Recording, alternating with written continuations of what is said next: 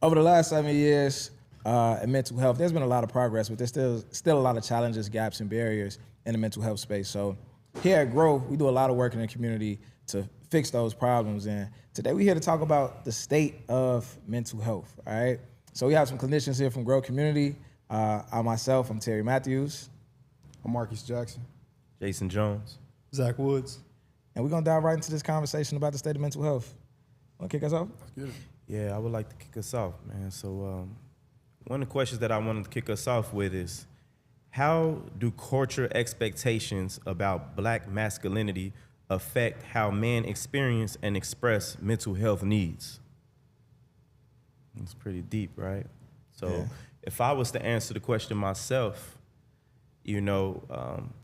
cultural expectations about Black masculinity is, especially, in the urban setting, is that you got to be tough. You can't be soft, you can't be sweet, you can't show no form of weakness. Otherwise, it'll open you up to be targeted, by either rival gangs or even some of your own people. So it's challenging and difficult to be vulnerable, in a space, in a community where you have to constantly be on point and constantly be on guard. You don't want to be seen as a victim or seen as sweet out here, because you don't want, to be targeted by people who, feel like, oh yeah, that's one that we could get down on. So the idea of masculinity, is masking a lot of those internal feelings and those emotions. So we don't really have a safe space where we could, be vulnerable and express how we really feel, outside of a clinical or professional setting, So yeah, that's my take on it. For sure. Can you ask the question one more time? Oh, I'm sorry. Yeah.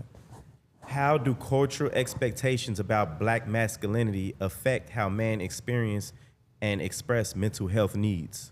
I think it's tough because even when it comes to men expressing their mental health needs, you have two guys that's friends, that's close. They could be going through the same thing and not talk to each other about it. Because it's just, the thing is to act like you're okay, to act like everything is always good. So if I can't express this to my best friend, it could be something as simple as what I'm going through with my girl. He might be going through the exact same thing or maybe went through it before and he can help me. If I'm having a hard time expressing this to somebody I'm with every day who I actually trust, and how am I supposed to go reach out for help to a clinician that's essentially a stranger and express and tell my deep troubles and problems to this stranger? So I think masculinity, it just puts us in this box, essentially. It puts us in this box to where we got to be strong enough to deal with everything that come our way without having to talk to anybody about it, with no training, with no guidance. And it's just it's almost an impossible situation that we put ourselves in. Yeah. I wanted to piggyback on that trust factor that he was talking about. That's a big gap, within Black masculine culture and stuff. It's like being able to trust a stranger or individual with your thoughts and with your feelings. It's not popularized in our community. We real private, we real secretive. I ain't trying to, I don't know this dude. Who is he? How he gonna help me out? Type of idea. You know, it's not expected that this could be a person that could give me some pointers or some guidance on how to go about with what I'm feeling inside. So trust is a big factor, a big issue. Absolutely. I think that culturally, the masculinity in general has I don't want to use the word toxic thing, but there are certain traits that we tie to masculinity that don't have to be tied into it. So every man doesn't have to hold everything in by themselves, which is what we teach our society. It's a hegemonic way of looking at masculinity, correct? And so culturally, we as a culture, as Black men, we take everything on our shoulders. And like my grandfather, he worked jobs, took care of 7 kids. Grandma just, she worked around the house and stuff like that. But he took everything on, never spoke to anybody about anything, no hugs, no loves, no nothing of emotional love, just physical love, right? And we look at that and we see that passed down, which I will call generational traumas or generational curses that we pass down from family to family to family, and you think that's the best way to be a masculine man is to take on all these burdens and figure it out yourself, right? Rather than being able to express yourself or be able to, or cry or feel any type of emotion. It's been plenty of times with my clients where I've had a client say, I've told my parents how to talk to me. I've told my parents how I feel, and they basically tell me, you need to figure that out. You know, like, are you a man? Figure it out. And it's more so of, we as a culture need to understand that when someone is telling you how to handle them, how to deal with them, that's okay. And two things can be true at once. I could be the most masculine man in the world and cry tonight because I'm sad. Mm-hmm. It's okay to cry because you're sad, bro. It's okay to release that emotion that you have, because what it does is it allows that release, and it doesn't get built up. So Yeah. In addition to what has been said, I also think that sometimes in our culture, in our communities, that bravado, that toughness that we're taught that comes with masculinity, it serves us sometimes in certain environments. Kind of what you were talking about. When you grow up a certain way, it'll serve you to not show weakness or what other people may perceive as weakness. So if you grow up thinking about the world in those terms with those limitations, then it becomes more difficult to seek out help or to accept help from somebody else, or even just to consider, do I need to change my mentality? Am I okay? Because the struggles that you may have from performing masculinity may not even appear as struggles to you. You may think that's just normal because everybody around me is going through that too. Everybody else around me is angry or yelling or acting tough or acting hard. So this is normal. I'm not struggling. This is just what life is. I think it's not until you go beyond your kind of original environment that you see, like, man, this skill isn't serving me so much anymore, or this practice of masculinity isn't serving me so much anymore. So it's almost like the idea of masculinity from just the common black culture for boys is the exact opposite of vulnerability. So that's like on the other side of the spectrum, reaching out for help. So it seems so far to get to from here, masculine self, to, man, I do need help. I do want help. This isn't working for me anymore. That just seems like such a far path. So that's a huge barrier. Mm-hmm. Yeah, I want to say one more thing about it too. When we talk about culture, think about like who's allowed to cry in our culture, right? Think about just celebrities, everybody we know, right? I remember DMX crying on his albums. Like he'd pray and he'd cry, and nobody looked down on that, right? But look at what type of what type of man he presented himself as, like this rough ride that's up, like, you know what I'm saying? So it's like that man, that archetype of man is allowed to cry and can be championed for that. Like, oh man, he's showing the other side, he's showing it. But if you have somebody that's not performing that way, you have somebody that's not looked at that way, like somebody like Drake or somebody like that, it'll be looked at completely different. You know what I'm saying? If they was to cry publicly or anything like that. Tyrese, you know what I'm saying? Go down on him for that. Forever. On my life. So yeah. Hey yo, now that we having that conversation, it made me think about how black masculinity, you know, in certain environments, it is used as a survival tool. You know what I mean? Exactly. It's a tool for survival. Like crying tears, you know, tears, that was a no where I was from, simply because it was a sign of weakness. And it's like, hold it down, hold on. Even you could just see your best man's just, you know, something happened to him, you know, right in front of you. And, you know, you would want to, you know, but everybody, you looking around at everybody else, and everybody else, you know, holding it in. So you got to hold it in too, you know, and it's almost like a mask, you know, you holding it because it's like, man, if I show this right now, then somebody might try me, you know what I mean? So, you know, it's almost like a tool for survival. So now that I'm, you know, at a different state in my life now, you know what I mean, where it's more thriving, you know, than surviving now, I feel like, you know, a lot of those tools that I used to use to survive, you know, it doesn't serve me anymore, you know what I mean? And I think that's a conversation that should be had. Like, when do you know when it's time to move forward or move past your old ways? You know, when is it time to let go of your old thought process and embrace the new thought process, you know? Like going past that line is like, hey, you know, it's all right now, man. You know, we here, you made it, you know? But as you going through that, it's hard to tell somebody that it's okay to cry, it's okay, because they still in the midst of it, you know what I mean? But, yeah. Oh, yeah. So, the next question that we have about culture and masculinity is, in your experience, what is one common misconception about Black men and emotions, and how do you challenge it? So, in your experience, what is one common misconception about Black men and emotions, and how do you challenge it?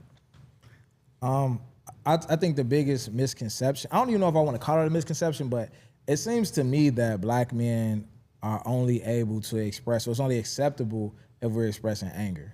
Like that's the one emotion, because you know, like, oh, women are emotional, men are emotional, and you out here shooting at somebody because they stepped in your shoe in the club. That's emotional. Oh, yeah, yes, that's super yes, emotional.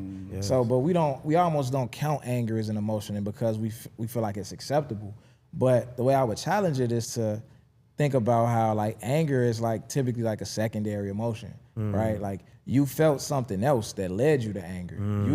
You felt sad and you got mad about it because sadness is not acceptable. You can't be sad, so you get angry. You can't be confused. Somebody says something to you, it's above, it's kind of went above your head. Now you feel like they trying to play you like you dumb. You confused. You get mad. You know, any emotion, like it almost like they all filter to anger with us because we're not allowed to feel those ways. So that would be my challenge to it, is just like thinking about, for one, anger is an emotion, so you are emotional, and for two, where did the anger start? And if we could find some of those other emotions acceptable, it don't have to necessarily lead us to anger. Yeah, you know, just to add to what you were saying too about anger being one of our primary emotions, I was listening to a podcast not too long ago, and the gentleman expressed it in such a critical light. He said, you know, women, if we compare emotions as a box of crayons, right? Women have like that box of crayons that got like 24 crayons in it, like all different. 64. Look, 64. A wide variety of emotions that they are allowed to express, you know. Men have that like 5-pack of crayons. Maybe, and they broke. 4 of them broke. Yeah, and so out of that 5, we only rezone to about 3. You know what I mean? Yeah. And it's like, man, we're not taught the other 61 different forms of emotions or how to express it, you know. And it's not like promoted, you know what I mean? It's like I said, it's seen as signs of weakness. So, you know, and the question about what is it? How do you challenge it? Like, how do you challenge that misconception? You know, I think the only way to challenge it, man, is like you say, giving some examples of men that we look up to that have vulnerable moments, you know? So if I take an artist, if I'm working with a client and, you know, I'm having a challenging time with him expressing himself, I would use somebody who he look up to. You know, if he look up to Jay-Z or he look up to, you know, Chief Keef or somebody, you know, then all right, well, let's go through some of their career and let's find a moment where they expressed how they felt, you know, and let's use them as an example, you know what I mean? I feel like once you show them that somebody who they look up to or relate to can also be open and vulnerable, it make it easier for them to, you know, that'll be one way. Absolutely. I think that on top of us not being allowed to feel different emotions, a lot of times it's weaponized against us as well. So we'll be vulnerable in a moment and we'll say something, and then down the line, someone close to us has heard that, will use that against us in whatever argument that they may have, right? Mm-hmm. So I think in order to challenge these things, I do it in my therapy sessions with my clients. The first thing I tell them is, this is a non-judgmental space. Whatever you say to me in this space is between me and you, and I don't care. And I mean that in the most respect. I don't care what it is. Just talk to me.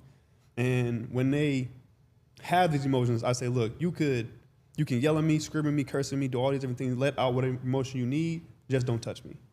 But whatever verbally you need to do, let that out and feel whatever emotion you want to feel in that moment, and then we can talk about it later, or you can just have that moment.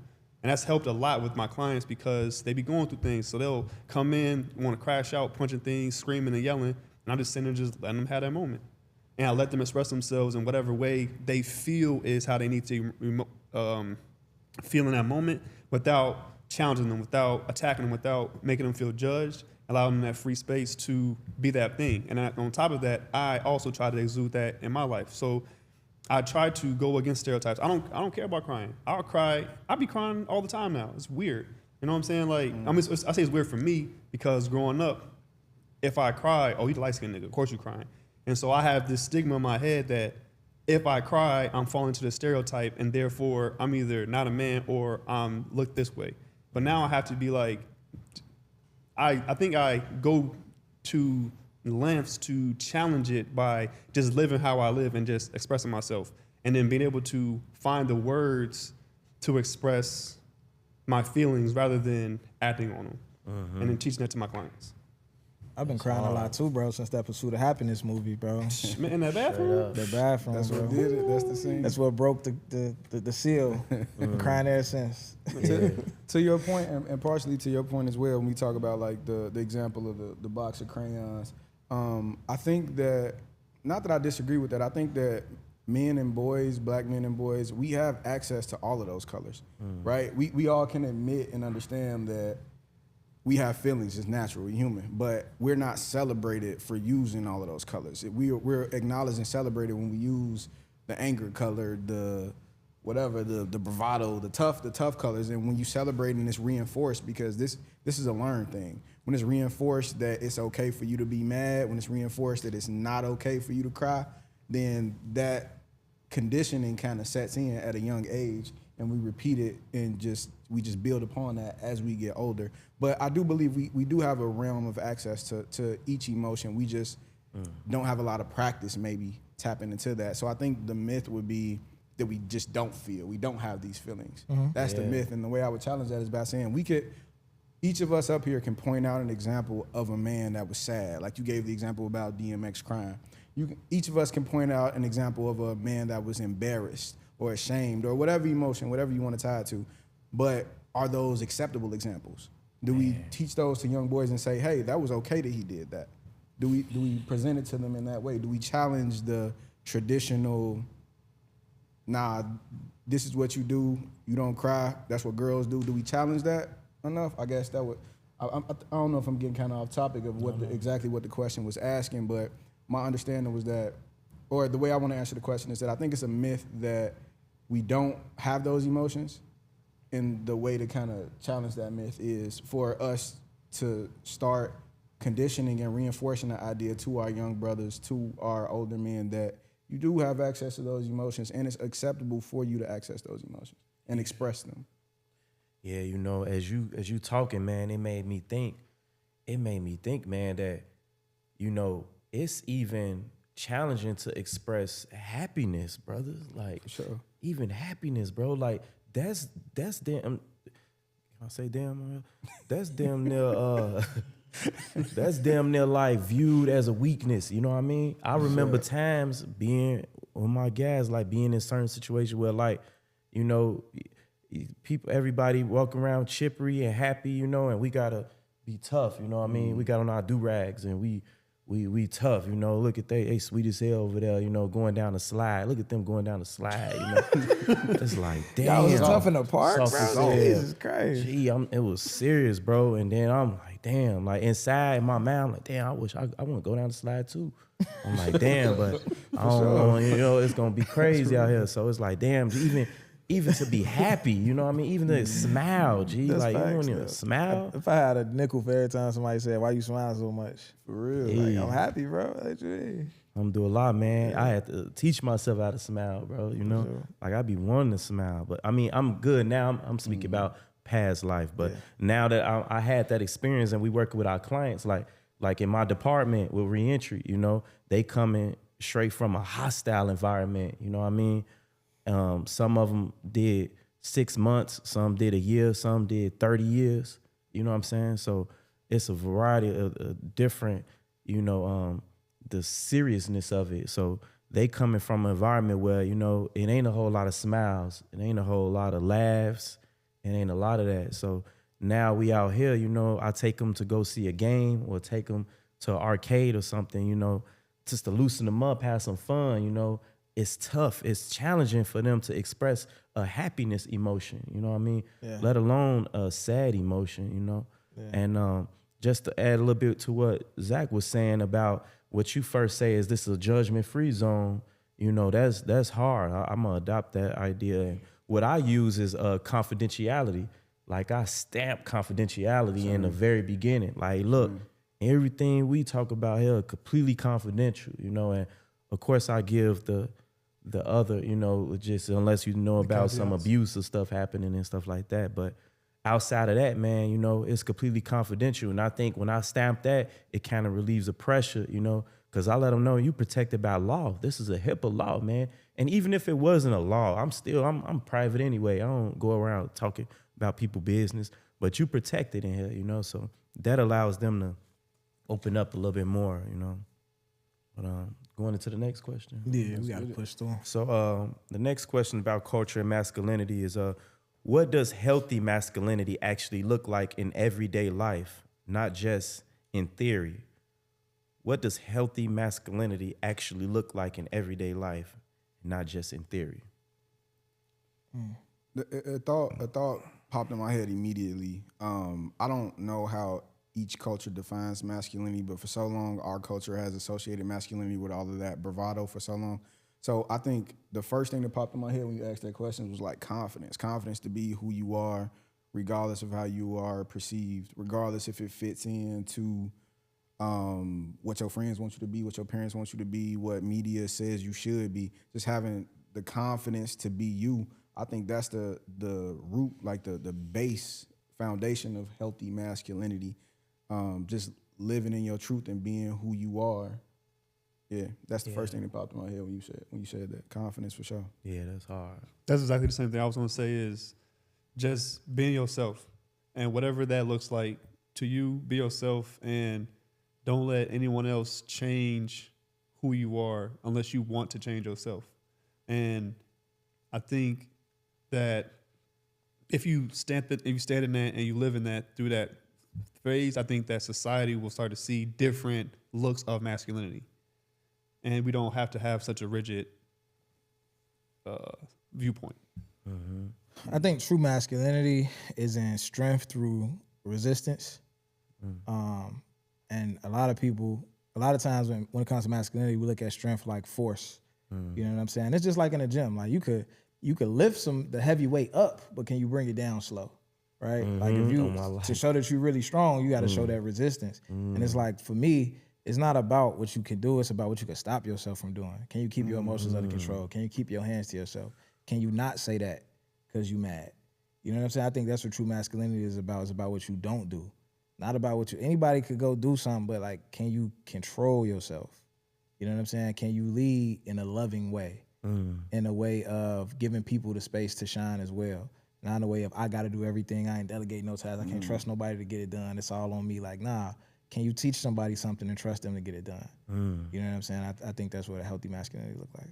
Man, that's deep. We're gonna have to quote you on that one, man. Straight up. I like my life. How well can you resist, you know, temptations and the act of like what you really wanna do. Discipline, essentially. One thing that you said I was gonna segue into a form of healthy masculinity, man, is the gym, bro.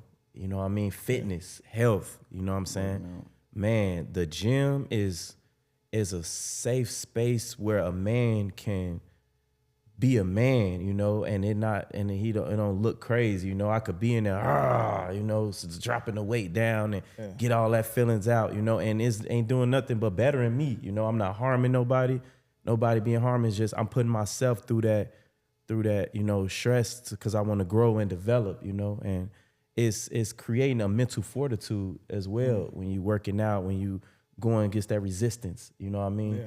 So, man, that resistance, that's a whole conversation we could elaborate on right there, because in fitness, in spirituality, you know, in everyday relationships, it's serious. So I think being able to actively take care of your health, eating the right things, you know what I mean, leading your family, right, part. you know what I mean, being that man in your family, being Not that eating example. the wrong things.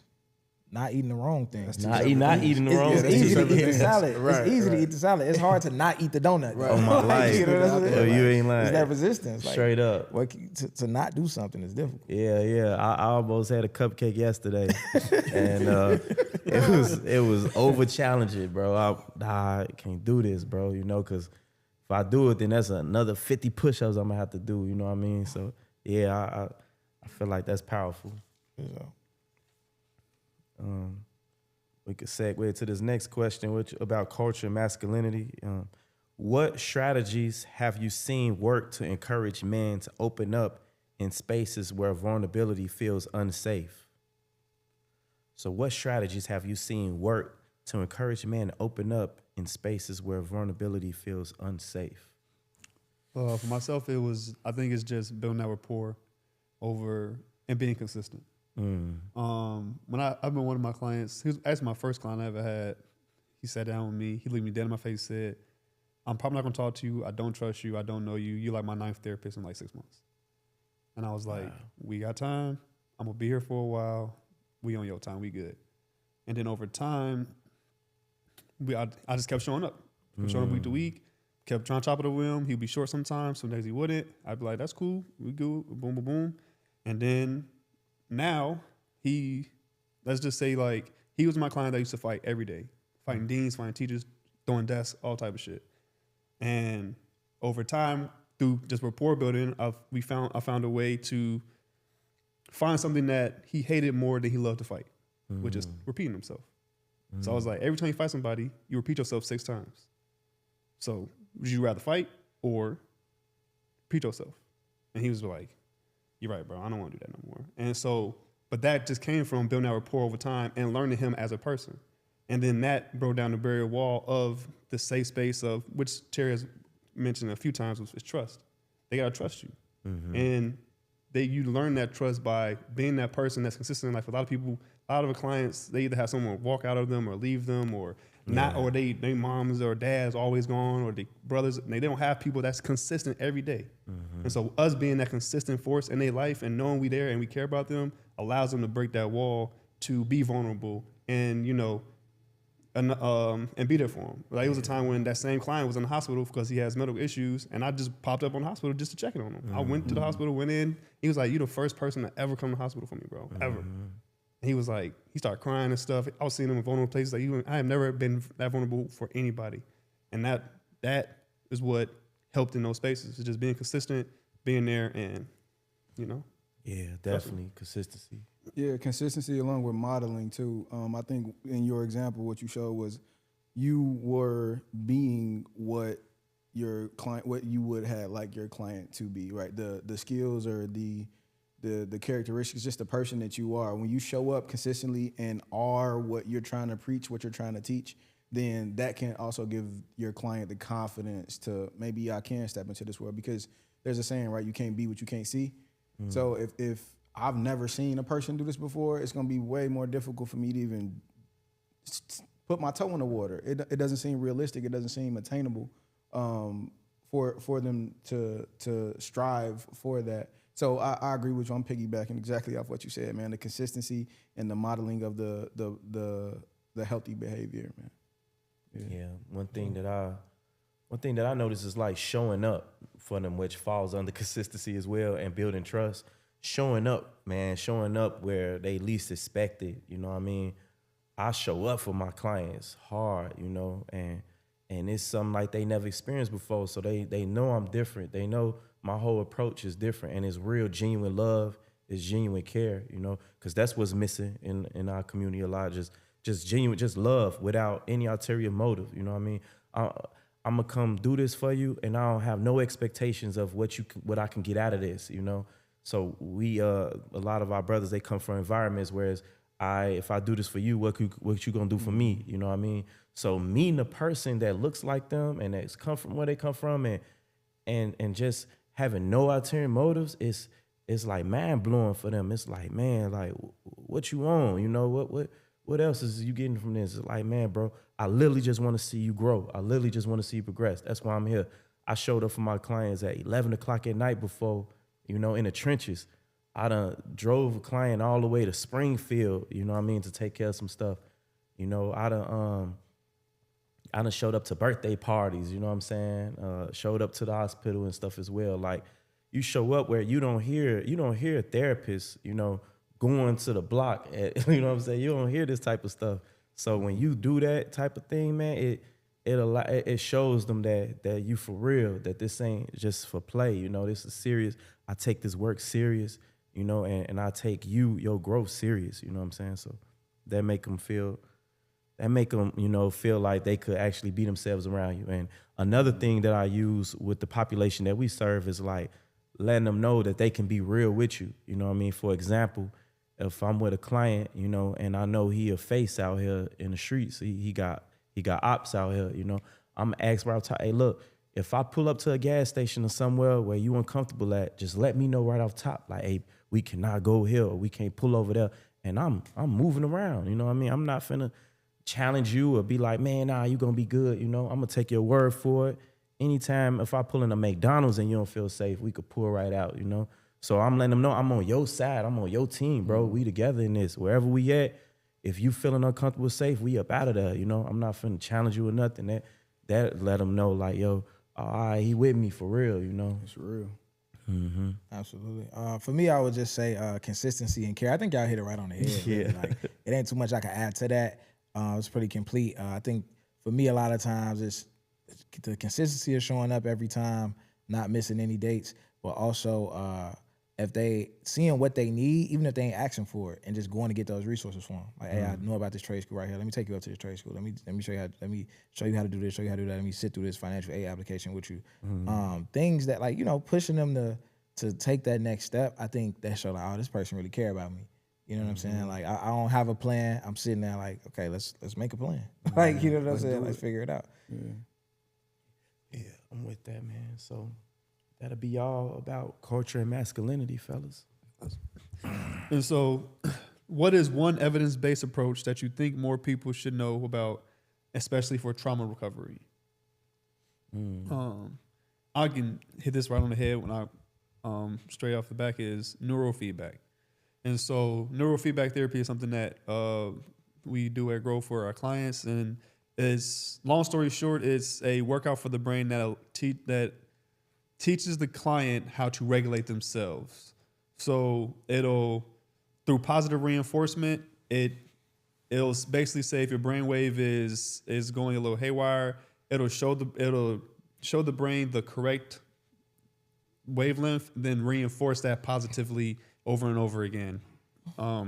And so it's like a workout for your brain to break it down. And it's been used since the 1950s in the white communities. And it hasn't really been known about in our black community. And one thing that it does help with is it's a great alternative to medicine, because we know that medicine treats the symptoms, doesn't actually fix the problems. Whereas neurofeedback has a high evidence-based percentage of fixing the problem. So it helps with anxiety, PTSD, trauma, addiction, and a plethora of other symptoms as well. And it only takes about 15, 20 minutes a week, if that. So it's not something that, it's not like hooking anything up to your brain. It's not like zapping your brain or anything, which is probably the common misconception. But it is a evidence-based trauma recovery and approach that I highly recommend people look into. I would say cognitive behavior therapy. I think that for most of the young guys I work with, it's just simply they don't have enough tools in their tool bag. And I think that CBT, cognitive behavior therapy, just puts more tools in your tool bag. It gives you more perspectives and ways to look at things. It gives you more coping mechanisms, more, just better perspective. My favorite quote is if all you have is a hammer, everything looks like a nail. Mm-hmm. So if all you know how to do to solve conflict is aggression, that's gonna feel appropriate to you every time you're challenged.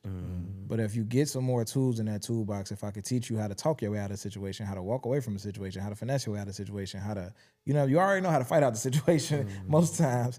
Then if I could teach you these other tools, then you have more to apply. And I tell them all the time, like, it's just like a video game.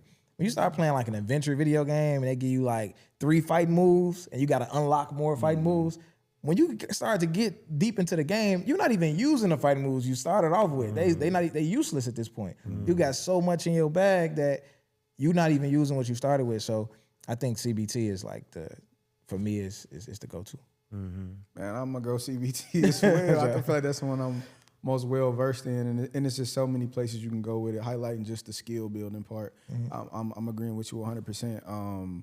If we equipped our clients with more skills and they have more options, and they know how to make choices when they are put in positions where maybe before they only thought 2 ways. It's only 2 ways out of this situation. And now they have other skills, so now they can see other options. They can see other ways to get out of that situation. So now we can begin to assess. Now we can do those. What are they called? I can't think of what the tool is called.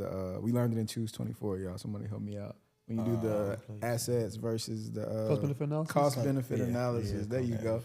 Now we can think through scenarios more because we just have a broadened scope of the situation. It's not just a simple, this happened, so my only response can be this. So yeah, I'm going with CBT all the way. Yeah. Talk therapy for sure. Cognitive behavior therapy is one of my go-to, modalities as well. Of course, I mix it up with some solution-focused theory and a little bit DBT, dialectic behavior theory as well. But cognitive behavior therapy probably would be my main source, simply because a lot of the brothers that I work with, have a certain perspective and a perception on life and situations that they deal with. So cognitive behavior therapy allows me to do cognitive restructuring, and thought replacement and change up the patterns of how they see certain situations and how they view themselves, And there are multiple studies, done, a couple studies like from Cambridge University, Howard University, a 2015 study that show a significant reduction in mental health issues such as depression, anxiety, PTSD, ADHD. By using CBT, it reduced the symptoms significantly because of the way that they see situations. When you change the way that they change their belief, it changes how they feel, it changes their action, and that reinforces it all the way back around. So, Absolutely. Yeah, CBT, one of the best evidence-based approaches that we use in our field. One of them ones. Yes, sir. I definitely love CBT. And so, how has your clinical lens shifted the way you interpret behaviors often judged in black boys and men? Can you say that again? Yeah. Got you. How has your clinical lens shifted the way you interpret behaviors often judged in black boys and men? Yeah, that's a good question. I can say that, now from a clinical lens, I see that a lot of our brothers, suffer from, mental health issues like depression, major depression disorder, MDD. I've seen when I read the DSM-5, the diagnostic manual. And when I read some of the symptoms and some of the mental health issues that we deal with, schizophrenia, major depression disorder, PTSD, when I read some of the categories, that they got to fall under, if they got prolonged behaviors in multiple settings, it forced me to reflect back on my own childhood and people who I grew up with, and I was like, damn, it was a lot of depression going on, like it was a lot of kids and the young people I meet today, 13, 14 years old, that's not interested in going bowling. You're not interested in hanging out with friends. Like you lost interest in things that are normally interested in. these are symptoms, you know what I mean? So now that I have a clinical lens, I'm able to see the symptoms a lot clearer and a lot more sharp and faster. It's like, okay, when opposed to that, I would think, before having a clinical lens, I would think, maybe they just being lazy. Maybe they just tired. Maybe they just ain't feeling it, But having that clinical lens let me know, like, oh, nah, there's something deeper. It's some deep rootedness going on, that we got to uncover. So, yeah. I would also add to that through my clinical lens of what I've learned is that certain outcomes they're not random, right? They don't come from random things. There's a combination of ingredients that will get this outcome. And what I found through working with a lot of our clients, a lot of the population that we work with, they have similar ingredients to get these outcomes. So, for example, what I mean is I have a young man and they are diagnosed with anger, severe, or IED, intermittent explosive disorder. That's a more severe diagnosis. But a lot of time, our young boys are diagnosed with oppositional defiant, right?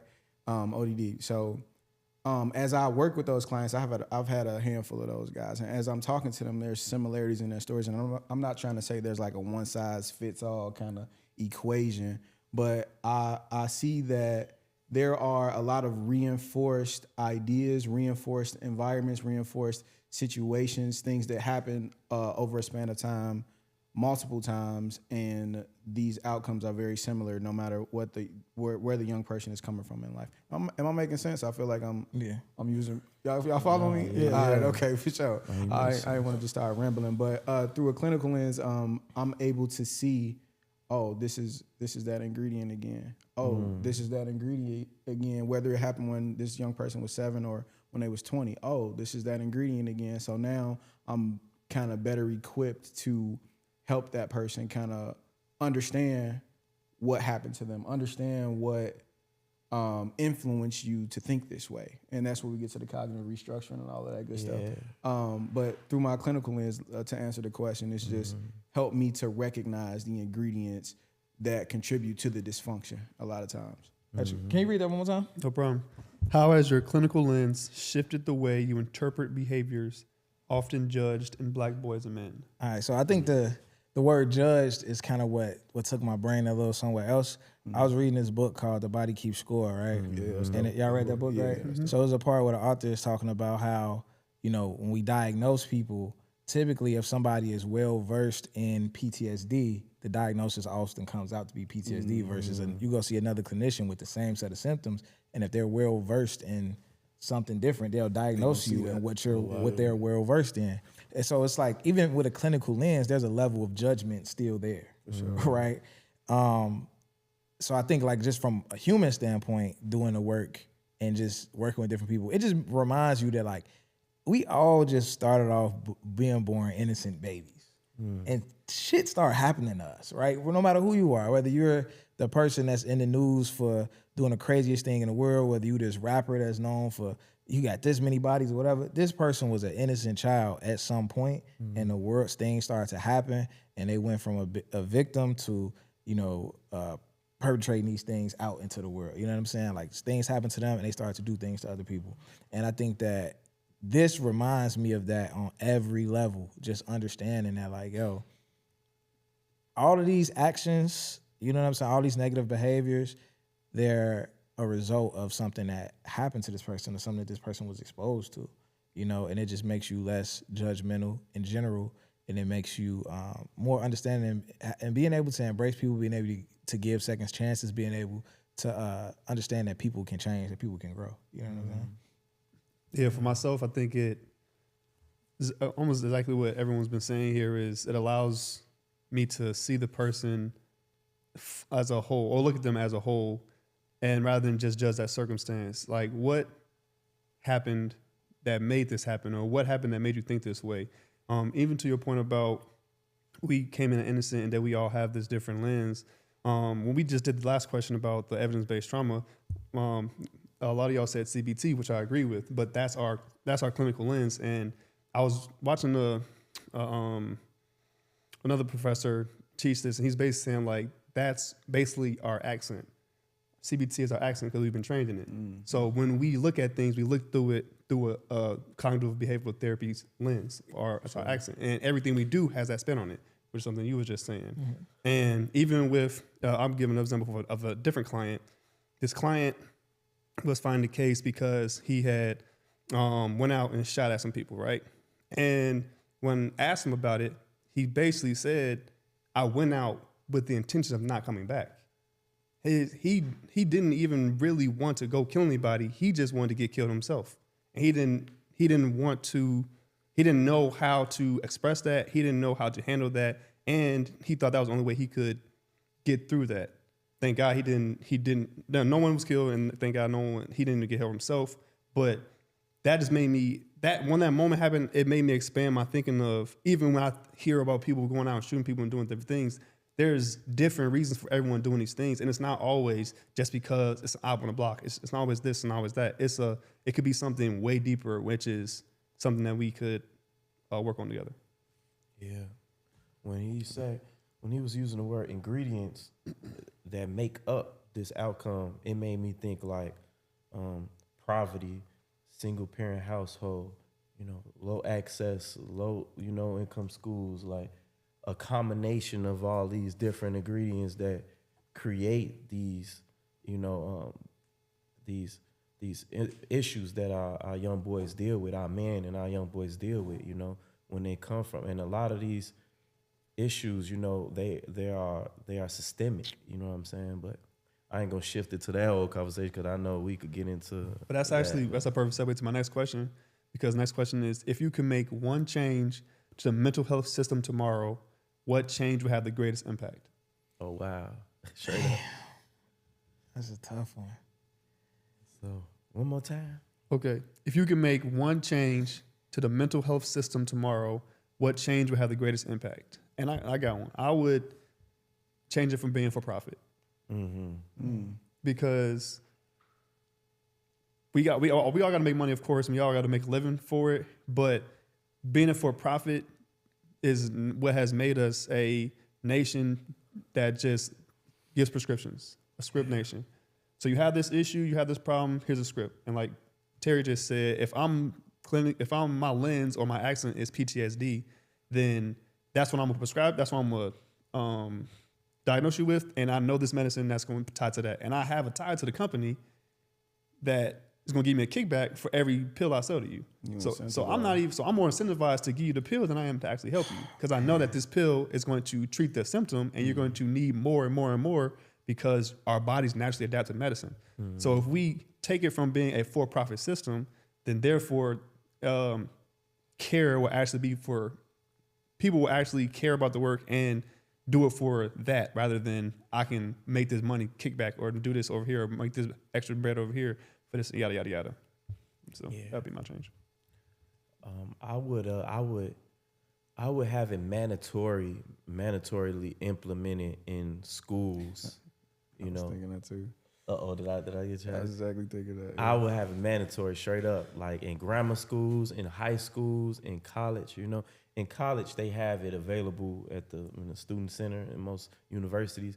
But in high school, you got the school counselor, that has their favorites. You know what I'm saying? They ain't just giving the same energy to everybody. And some of the troubled students, they stay away from because they trouble and it's take more energy to put into them. The grammar school, I would have the parents involved. I would create a system where it starts from scratch, from kindergarten. Damn near, where we bring the parents in because they're going stressed, becoming new parents. So you bring your child into preschool, we're gonna have family therapy sessions, and let's talk about how you dealing with your child at home, how you work with. Because when you bring your child to school, they just dropping them off and expecting the school to be the babysitters, But we could only do what we can in the school, and then once they go back home, you're gonna sit them in front of the TV screen for the next 3 hours, feed them, then they go to sleep, and they wake up and do the same thing again. Like, nah, let's talk about your strategies that you use as a parent. What are you doing at home? Because now your child gonna grow up from kindergarten to 2nd grade, 3rd grade, 8th grade, and we gonna be dealing with the repercussions and results of what's been going on at home. You know what I mean? So I would definitely, you know, start from scratch and involve parents in it at home, you know. I'm with that 100%.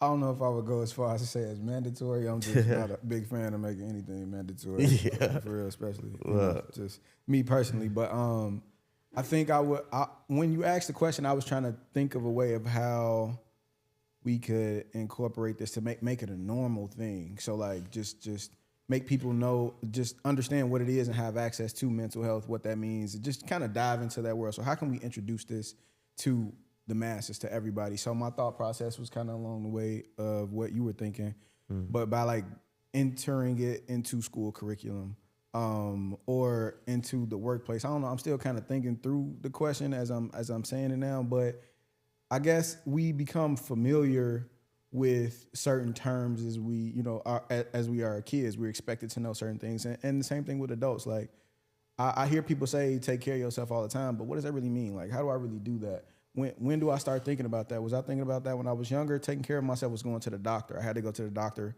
and get shots before I can go to school every year. But is there any encouragement to go to a therapy session before you start high school, before you start a new job, before you take this new transition into your life? I don't think that's normalized.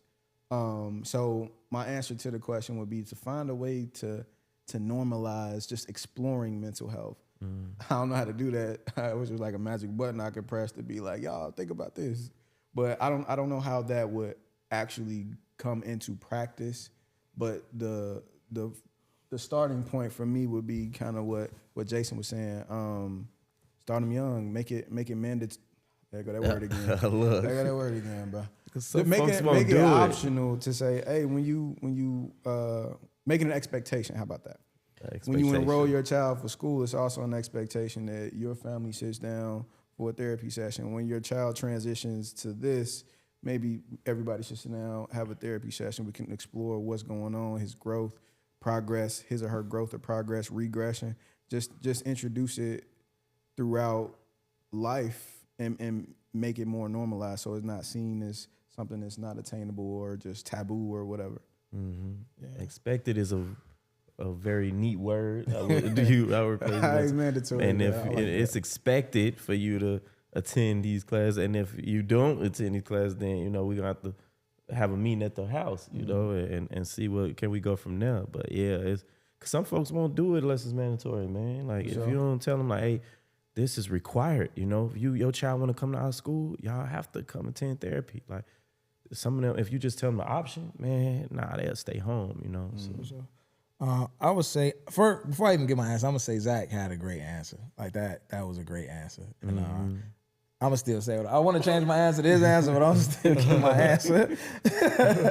But I remember I was student teaching.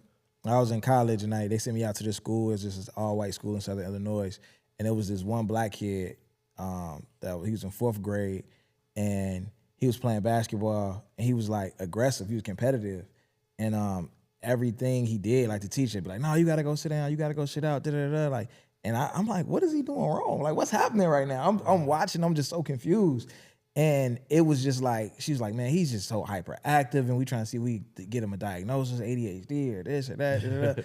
I'm like, bro, he was down the street at Carbondale Middle School with the black kids. He'd be a regular, Right? Like he wouldn't even be standing out. Like he's not doing anything out of the norm. So when I got with GRO, I remember.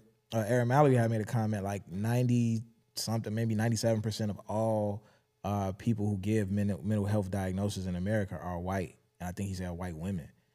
The change I will make is that you can only diagnose people from your culture. Like I don't think you should be able to diagnose somebody that's not from your culture. Because you go on different lanes. You don't know the norms. Like you don't know the norms of our culture. And it's like you're reading this is like it's something wrong with him. But he's just, around a different group of people. Being a 4th grader. I like that idea, but it's only 4% of black therapists. Yeah, correct. In America, in the whole America. So it would almost be impossible to do that. That's a great idea, but it's I gotta push back, y'all. I'm sorry, I disagree. Not nothing personal, but for sure. Go ahead. I disagree with the restriction of it. As opposed to restricting it to saying you can only diagnose people from your environment, your culture, whatever the restriction is. I think a better approach would be to say before you can diagnose, then you must integrate or be a part of or participate in some capacity in that culture so you can understand it. So promoting cultural competence, over just saying like, nah, you're not allowed.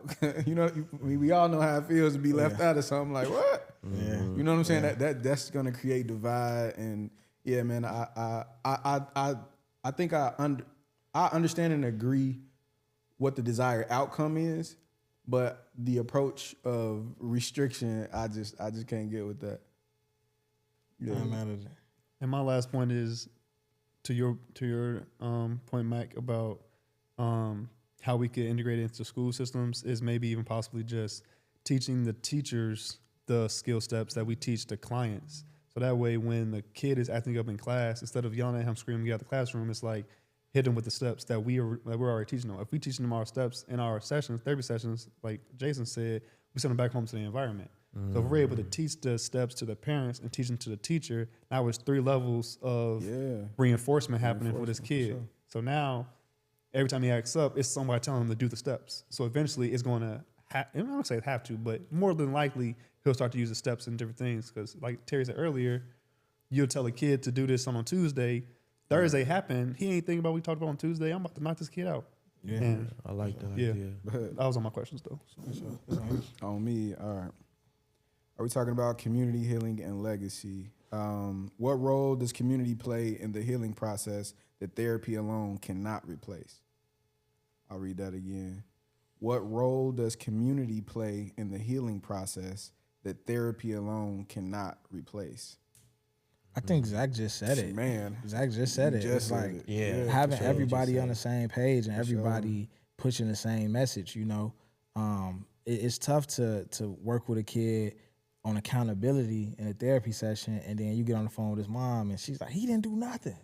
They don't like him at that school. They just don't like him. He just like, you know what I'm saying? It's like, it's just, so I think that community and having people around you that want the best for you and they have the same lens of what molding you should look like is extremely important, because if not, most times, especially a young person is going to choose the path of least resistance, you know? So, I'm gonna go, if I know mom gonna say no, I'm gonna just ask dad. I'm not even asking mom. This the same way with, you know, if my therapist is saying this and my teacher is saying this, but my mom is allowing me to go against that, then I'm gonna go against it. I'm just gonna ride with my mom. You know what I'm saying? So, You know, when you say that, you made me think about, like, you know how the OGs and like the old school cats will say, man, we used to have to be home before the lights came on, before the street lights came on. Then, you know, the neighbors could whoop you, everybody could whoop you. If you did home, you know, everybody. So if we could like switch that out for therapy, right? All the neighbors could give therapy, or like, you know, everybody, or I'm big on interventions, you know what I mean? I'm super big on interventions. Like, you know, I probably shouldn't say that on record, but I have a family member, you know, that dealt with drugs, that was doing drugs hard, you know? And so I offered the idea to have an intervention, you know? Everybody who care about this cousin, who care about this person, you know what I mean? Let's all sit down, sit him in the middle of the circle, you know what I mean? And just, bro, we care, you know what I mean? You are loved, you matter, you know what I mean? What can we do as your village to support you, to help you with this, man? Because you fighting some demons, you dealing with some things, you know what I'm saying, that you don't want to talk to nobody about, you know what I'm saying? I may be a little familiar with what you might be dealing with, but the way you're expressing it ain't right. So community interventions and having people that care about you sitting around you can't replace therapy. Therapy can't replace that, you know what I'm saying? Because it's like, man, you can't replace having people that love and care about you, telling you that I love, care about you, because we don't tell it to each other enough either, you know what I mean? You just assume that person know, oh, man, they know I love them, you know, they know I care about them. But when the last time you said it to them, though, you know what I mean? I say it to my people all the time. Hey, yo, I love you, bro. I love you, mom. You know what I'm saying? Like, all the time. Just it's a habit. It's a fact now. It's like, it's real, you know what I mean? So we need to push that a little bit more. Say the question one more time. What role does community play in the healing process that therapy alone cannot replace? I think community plays a huge role. I've said it before, and I think even during our conversation today is you can do a lot in a one-on-one therapy session in a box, in a room, right? But when you either out in the community or have the community behind what you're doing, it's reinforcement, which what I just stated, like y'all said before. I think that the community is probably one of the most important things of the therapeutic process because that's what they go back to. That's what they live in. That's what they are in every single day. I can take you out this box and teach you all these steps, but I'm putting you back in this box. Yeah, man. So if I'm teaching you these skills every day, every time I see you, but then you go right back to home and you getting whooped or you getting beat or you got to go protect your cousin because your cousin y'all not on the same wavelength, something like that, which I have a client like that. It makes the therapeutic process, it builds more barriers inside the therapeutic process. Yeah, so the community aspect is huge. And I think that's strategic. That's why they took the man out of the homes during the war on drugs. That's why they continue to find ways to break the nuclear family apart with all these dumbass 50-50 conversations online and stuff. Like, I've been wondering, like, is this more white Twitter? Do they be talking about this on white Twitter? Because every day on my feed is some type of way to divide the black family with a stupid conversation about things that really aren't relevant. Mm-hmm. And so, community is important. Yeah, just continuing what you were talking about, the influences of outside cultures, social media, whatever you want to give it to. The thing I want to highlight about why community is so important is because you have an opportunity to get a similar message from different sources. So as a clinician, I can sit down with you, kind of like what you guys said. I can sit down with you in a session in these 4 walls, 1 hour a week, and give you this message. But as soon as you leave this environment, no other source in your community is reinforcing what I just said. You're not getting this from any other influence. And not only that, as individuals, I think we all have had times in our life where your mama said maybe, hey, boy, go outside, zip your jacket up. You gonna get a cold if you don't? You're like, yeah, whatever, mom. I ain't trying to hear that. You get on the bus driver like, boy, it's cold out here. You gonna zip your jacket up? Man, I ain't zipping my jacket up.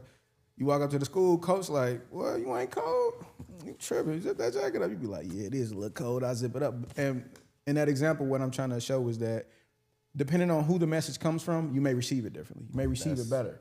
And if you don't have a community that is giving you any message at all, you just getting these positive messages from this one specific location, it's not gonna take. It's not gonna hold. I can recount when I was working with one of my clients, and I was teaching him. He was a younger kid. That it's okay to be upset. It's okay to be upset. We all get upset. Anger is fine. What's important is what you do after you get upset, like the decision that you make after that. His mom was like, man, I tell him that all the time. Didn't I tell you that? You remember what I told you? And he was like, huh? What you talking about? Yeah, right? And she like, right. she getting hyped now. She hot. Like, boy, I told you that. Don't sit up here and embarrass me. And I'm like, nah, I feel you, but that just is an example of how important it is for our young people, for our community to receive the same positive messages from different sources, and it takes a community to do that. You're not just going to accomplish that from one person in this institution or in this setting. Yeah, you're absolutely right, man. I got one of my homeboys, I was always telling him, like, I'm a big water advocate. I'm like, man, you need to drink more water. Oh, I thought you said water. I'm like, what's water? Oh, my bad. It's in Chicago. What's water? Water. Water, I got you. Ooh, H2O. I'm a big H2O, fanatic. And so I always, man, bro, you need to drink more water. You need to drink more water. He, man, G, you feel me? I'm gonna get around there. I drink juice and stuff like that. Finally, he get him a physical trainer, you know what I mean? The trainer tells him, man, you need to be drinking more water, right? So then he came around me and he said, man, bro, I think I need to start drinking more water. I said, man, G, that's crazy as hell. Like, I mean, I've been telling you that, bro, but it took you having to pay this dude, $60 an hour to tell you the same shit I've been telling you, you know what I'm saying, for me. But so that goes to what you're saying, bro. It's crazy how sometimes it's just where it comes from different people, you might take it differently, you know what I'm saying? So you take it from your mans as, oh, you just talking shit, But a physical coach, oh, this might be serious then, I mean, that's marketing, though. You need to see something how many times before you buy it, right? You need to see something 7 times before you buy it, right? So it's the same thing essentially. And it's the same thing as like when we was kids, adults was telling us all these type of different things. We wasn't listening to them. Yeah. But if your best friend, homie, said it, you like It's law. it's law, right? It's law. Or He you said feel like they truly understand what you're going through because y'all on the same. Y'all in the same age range, same league. I'm not listening to a 30-year-old. And when I was 15, 16, 30, you old as hell. You know what I'm saying? That's crazy. What are you talking to me about, bro? You don't know what the fuck you talking about. But now I'm 30, like, I'm young as hell. What these On my these life, niggas talking about? right? Like what? It's Like that's crazy. I'm moving. I'm moving. So yeah. All right. Many people heal in ways that are not clinical. What non-traditional forms of healing have you seen work or implement with your clients? Can you repeat it one more time, bro? Many people heal in ways that are not clinical. What non-traditional forms of healing have you seen work or implement with your clients? I see a lot of people healing through nature, animals, plants. I know you could go deep into this with the garden and all of that. Yes, sir. You know, caring for This is my moment. caring for someone else, caring for something else, growing something. You know what I'm saying? I think that's a form of healing that's non-clinical.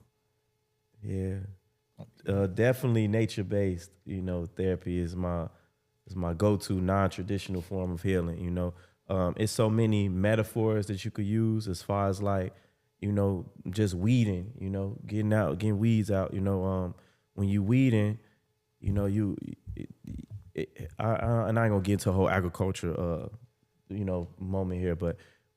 If you have a weed growing next to your plant, you got a desired plant that you want to grow. Then you got the weed growing next to it.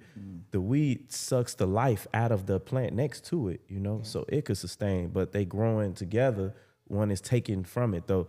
So you got to eventually remove that weed, you know, out of their environment, so your plants that you desire to thrive can thrive. So you know, it's so many metaphors you could use that I attach with my clients. Like, hey man, what is some things that you can weed out your life that's stunting your growth? You know, what are some things that you need to get rid of? Some things, some people, some places, you know, what are some habits that is preventing your growth? You know what I mean? Just a lot, planting the seed, the time that it takes, patience, working with nature, you know, the different elements, the sun, the water, you know what I'm saying? Just nurturing, just seeing something that started from a seed manifest and something that you could eat off of and survive off of, you know? So I've seen a lot of healing, you know, go behind guard and working out, you know what I mean? Like I said, working out is a big thing. Even if you're just doing light work, you ain't got to go in there and throw 200 pounds around. You could go in there and hit the treadmill a little bit, hit the elliptical, do some yoga stretches, you know, for sure. And just, you know, stimulate that mind and that body, just being in that environment, you know what I mean? So I use that a lot, you know? I would say neurofeedback as always. That's non-traditional. Would that count as non-traditional? Yeah, not. I thought it was non-clinical. Let me read it again, y'all. Many people heal in ways that are not clinical. Right. Okay. What non-traditional forms of healing have you seen work or implement with your clients? God, my bad. Shameless plug. I'm gonna say meditation.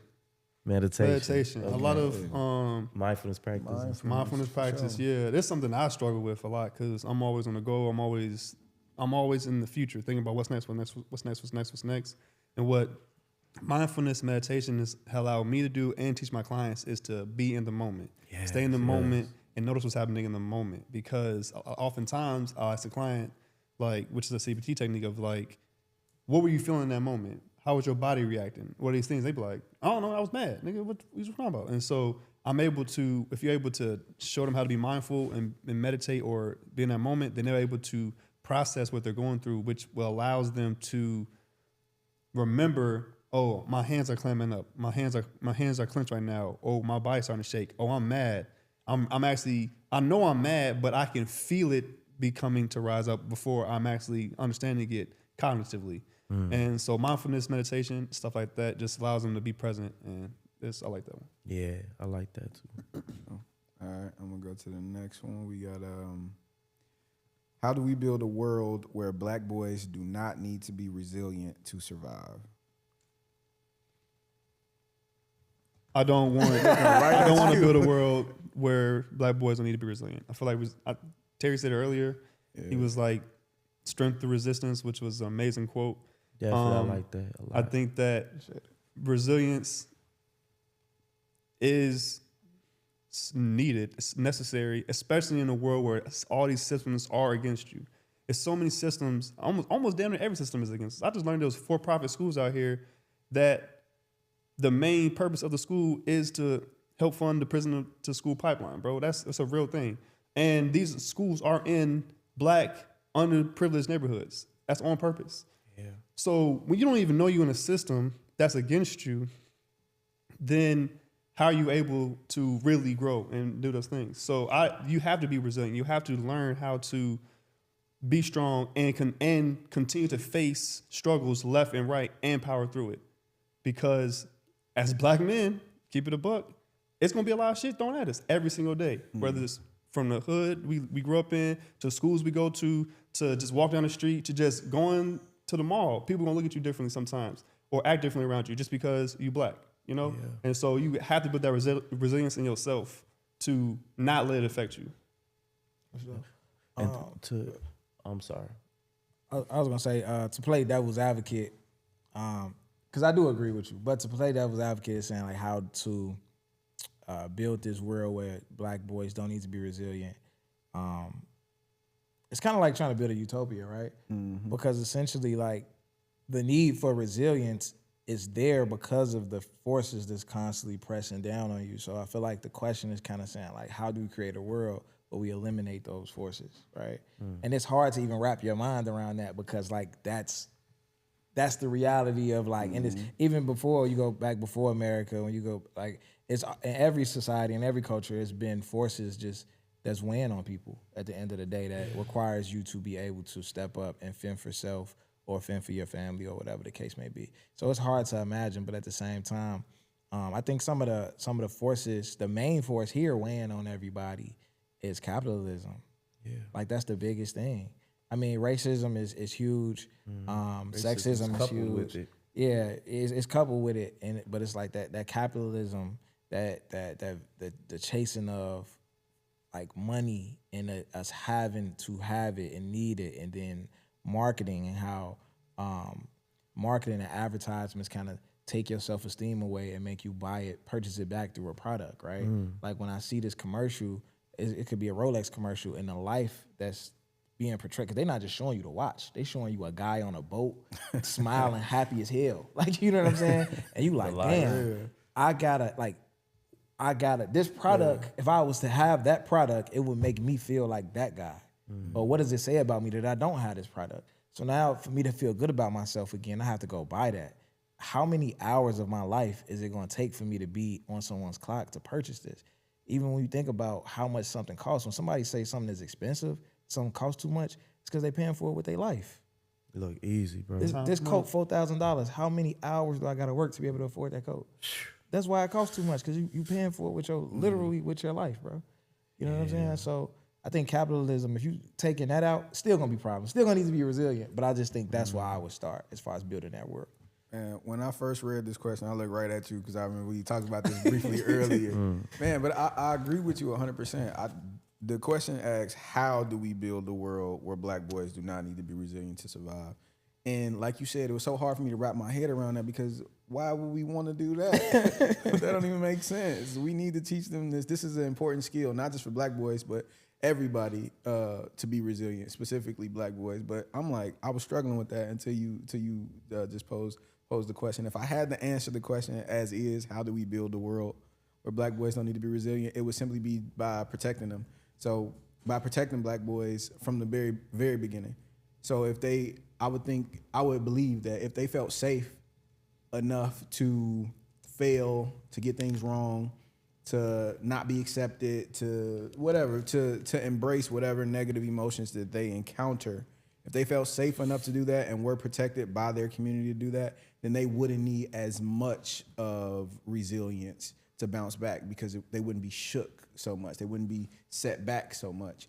But again, this is hard for me to wrap my head around, man, because it's necessary. I don't want to sound pessimistic here, but a world without resistance, it sounds like way too vulnerable for me to even want to think about.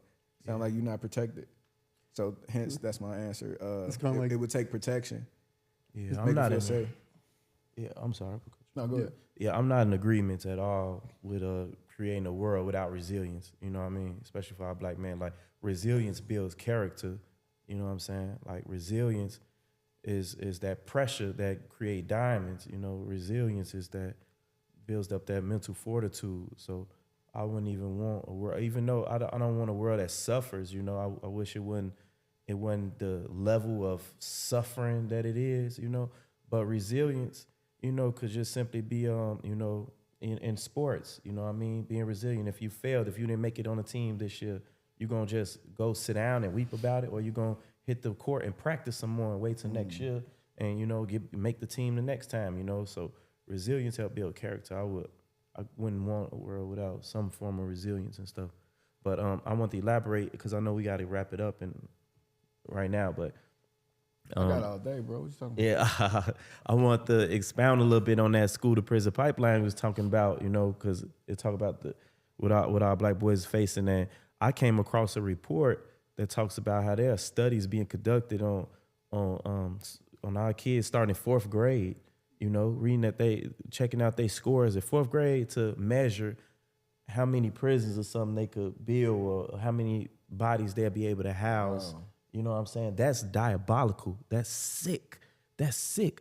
So y'all looking at these kids' test scores, and instead of trying to come up with a plan to help them you coming up with a plan. All right, well, we know where they heading to, so let's go on and get ready for that. You know what I mean? Like, what type of evil, you know, mindset do you have to have? Capitalism, bro. Free slavery. Because why would a prison be privatized? Like, why should a person? Anyway. If I own a prison, I'm Right. trying to make money. Profit. Anyway, yeah. Somebody gotta go to jail. Like, you know what I'm saying? Like, we gotta fill I'm trying these to make up. sure somebody go to jail. If this is my jail, I'm trying to make sure it's at full capacity, bro. Max You gotta That's, fill it and that up. is crazy, you know. Max Which prop. is how I see, and this could be another conversation for another, you know, podcast, because I see the connection between culture, hip hop, rap, all that with the, you know, prison system as well. You know what I mean? Like, why is it all of our favorite rappers, all of our favorite artists have to get locked up somewhere in their career? Like, they have to face courts. You know, it's like cool to see the first day out. How many first day out records are there that got 1 million views? Like, yeah, first day out. You know what I'm saying? Like, that's the thing now, bro. Like, how did we popularize that where that became the thing? You know what I mean?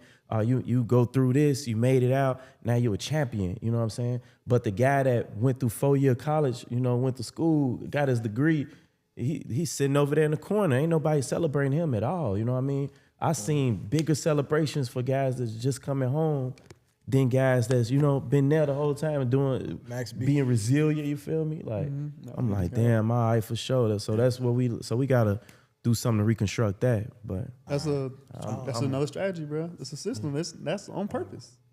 One more. You want to go? Go ahead. All right. I think we out of time, right? It's time. Are we still rolling? Okay, go ahead. Yeah. All right. I about to say all right. Come on. All right. What role do everyday relationships play in healing for those who may not trust formal systems? What role does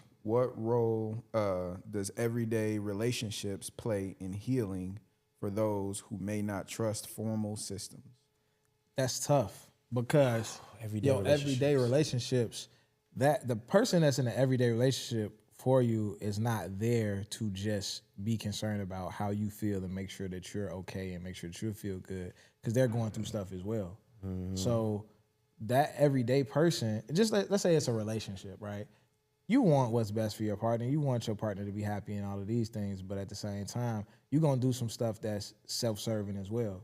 You're going to do some stuff that's selfish. You're going to do some stuff that, and if that person, you know, sometimes in our everyday relationships, let's say that person makes a mistake and hurts the person that they're in that everyday relationship with, whether it be romantic relationship or a friend or whatever the case may be, that person who was hurt doesn't have the responsibility of necessarily understanding you and giving you grace, right? They hurt. So they're going to react like they hurt 9 times out of 10.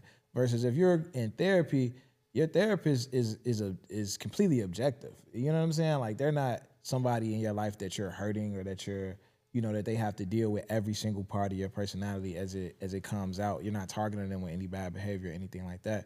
So they're able to hear about your. I tell young guys I work with all the time, like, bro, this is how I describe therapy to them, because they be like, I don't want to go to therapy, whatever. I'm like, okay, look at it like this.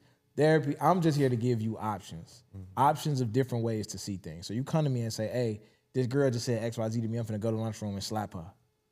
I'm gonna give you some different options to look at what even happened, to see if you even are taking it wrong. Like whatever happened, you might even be looking at this wrong. You might not even, by the time we finish this conversation, you might even want to slap this girl. Right, the girl Then, might like you. We're gonna go over the options of what's gonna happen if you do slap this girl. No, first, before that, we're gonna go over the options, other things you can do other than to react to that, other than slapping somebody, right? Let's go over those options. Then if you still want to decide to slap her, let's go over the options and look at all the outcomes of you actually slapping this person. And guess what? If you decide to slap her, next time we talk, I'm not gonna penalize you. I'm not gonna punish you. I'm not gonna suspend you. I'm not gonna lock you. I'm not gonna do none of that. We're gonna talk about what happened, why it happened, and how you feel about it moving forward, and what we can do. Options of what we can do moving forward. So that's all it is.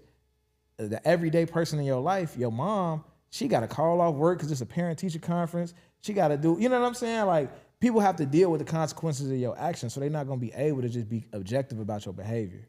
So I don't think that everyday relationship play out the same. You know what I'm saying? Man. And what you made me think, like, one of the reasons why domestic violence is high, you know, in the Black community, is because, you know, the idea of hurt people, you know, and a lot of times we hurt the person that's closest to us, you know what I'm saying, for no other reason than proximity. Yeah. Proximity, just because you there, so you finna catch all of this, you know what I mean? I got cut off in traffic, somebody pissed me off, this had happened, you know what I mean? Oh, and then I come home and on top of this, you didn't do this. Oh man, you finna catch it all. You ain't take the chicken out the freezer. Right. Oh man.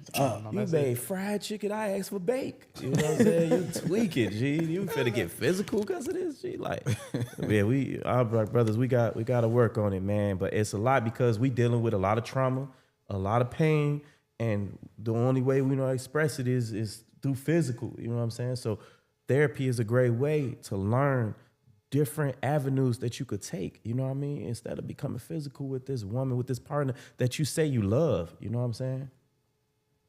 Question one more time. I know it's about dating relationships. I went somewhere else with it. My It's bad. what role do everyday relationships play in healing for those who may not trust formal systems? I think everyday relationships are pivotal, again, with the reinforcements of everything.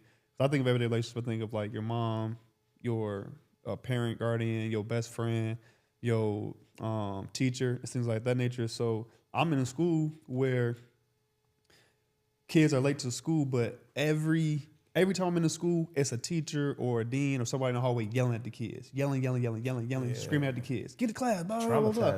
And it's just like, but then when the kid reacts, now the kid's in trouble. I'm like, but you understand that you are damn near antagonizing these kids every day in the hallway. I do understand that kids don't listen, so there could be better ways to get these kids to class. But you antagonize these kids every day in school, and then when they finally resist, now they're the problem.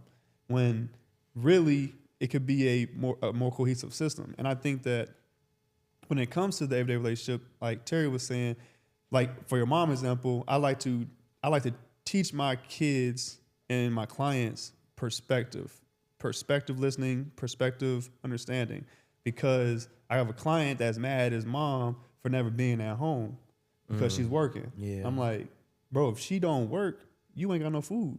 If she don't work, your lights is off. If she don't work and do these things, these are things. She doesn't have the time for you, which is sad, but it's because she's making sure you are living every single day. And she's giving everything she can to make sure that you have the thing that you need.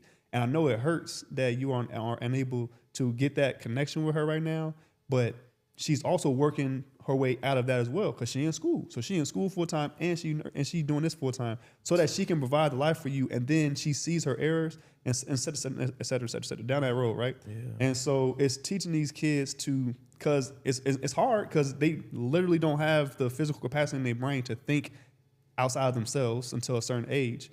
So they have to, I'm trying to teach them that perception of consider the other person and why they may do something. The same thing you was talking about. You smack this girl, you might have the whole wrong idea of why she said that or why she did that. You know what I'm saying? She might like you. You know what I'm saying? She might be jealous that you talk to somebody else. Now, let's go over different options. Let's go over that perception. Let's go over that concept that you think you are so 100% right in, because they'll think it and they'll 100% make a move off of that rather than being like, what are the other options and other steps? So I think everyday relationships are pivotal in these things because they either reinforce what we do or they negate what we do. Right there. So the what you said, everyday relationships are pivotal. The question asks, what role do everyday relationships play in healing for those who may not trust formal systems?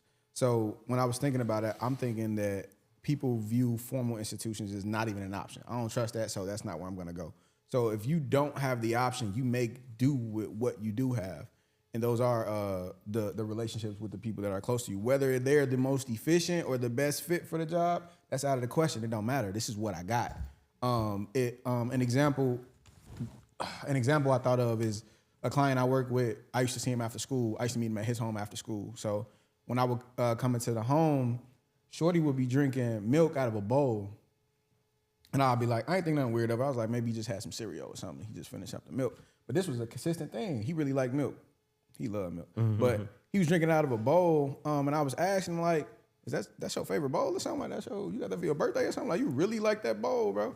But come to find out, like, they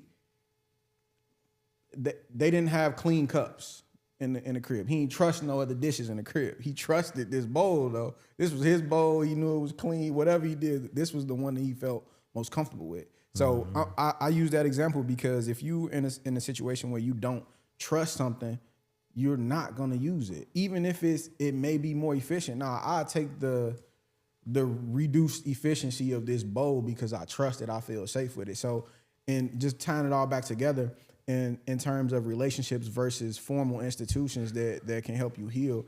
If I don't trust that institution, I'm gonna go to my girl, my friend, my homie, even though they are not equipped for the job. They're not the best equipped for the job, and they may even harm me.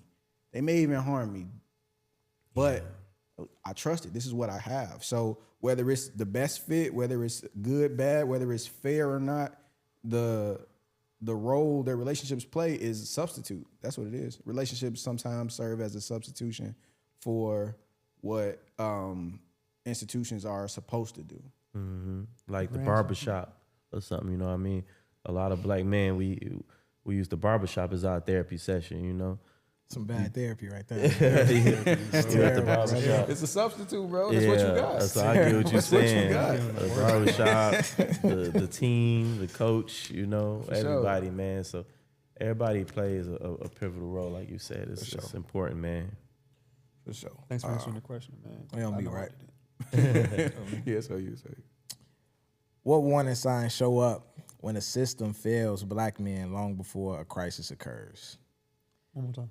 What warning signs show up when a system fails black men long before a crisis occurs? To me, something that I often see looking in the school system, you know, when young people go to school, especially if school is emphasized, the value of education is emphasized in the household, right? So school being emphasized is like you can't be at home during the day. Go to school.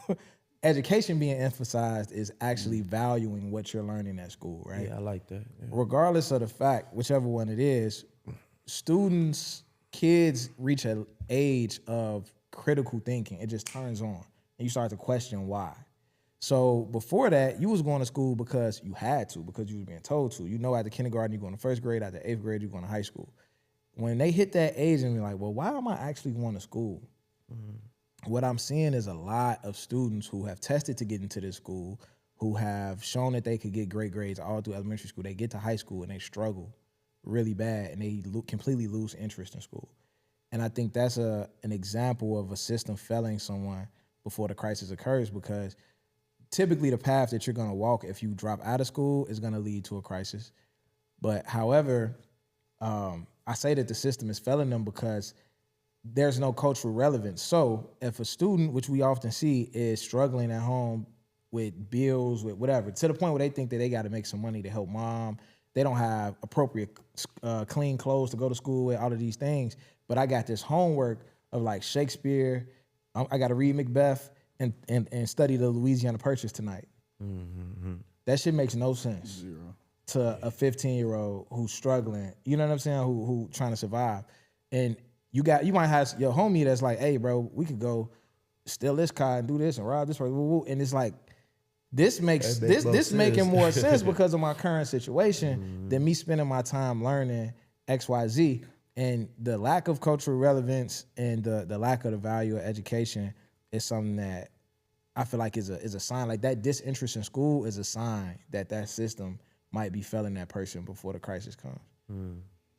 Yeah, I feel that. I think you captured what I was thinking.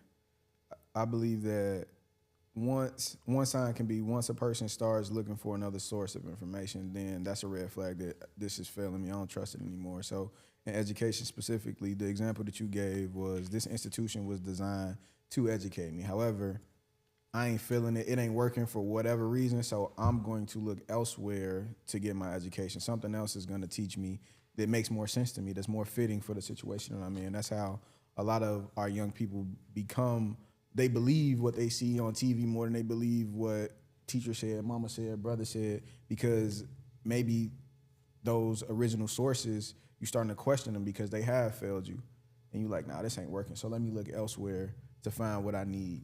And even though this new source may not be the best source, this one right here that I had before, this is a little shaky. I can't trust this. So I got to protect myself. And the way that I protect myself is to look elsewhere.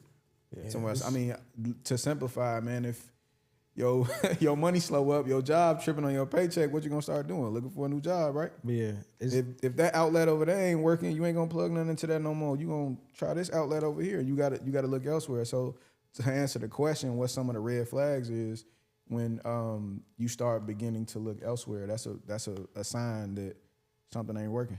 Yeah, that's with everything. With everything, relationships for and sure. stuff. I think employment is a sign of high unemployment rates. When you got guys that's just coming home from the joint and struggling to find a job, they want to do right. They coming home with the mindset of, I'm gonna work, I'm gonna give me a family, I'm focused. But when they get out into the real world, those plans slowly start to dwindle because reality hits and it's like, they not hiring, or they hiring, but they not paying good, or this is happening. And that's what creates that cycle, the recidivism where these brothers is going back into the situations that they came out of, and ended up making the same mistake and going back in there and it's not their intentions. Like a lot of these brothers, they don't have plans on, I'm gonna go back, They have plans, they come with good intentions. Like, man, I'm gonna do my life right. But after months and months of being told no and the door showing your face, the door shuts and you got friends and acquaintances or associates that come around with these other opportunities. It's like, damn, it's tough, man.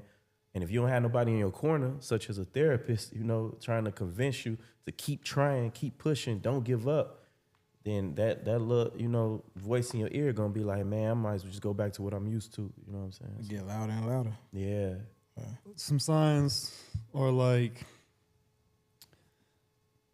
what's said upon this couch is like a kid who was doing well in school, but then they all of a sudden they start not doing well for whatever reason, whether it be, got a day in the streets or they help mom at home. That's a sign that the education system is failing and the family system is failing, right? Because those two systems aren't able to make sure that the kid is staying in school and do what he wants to do and be a kid, right?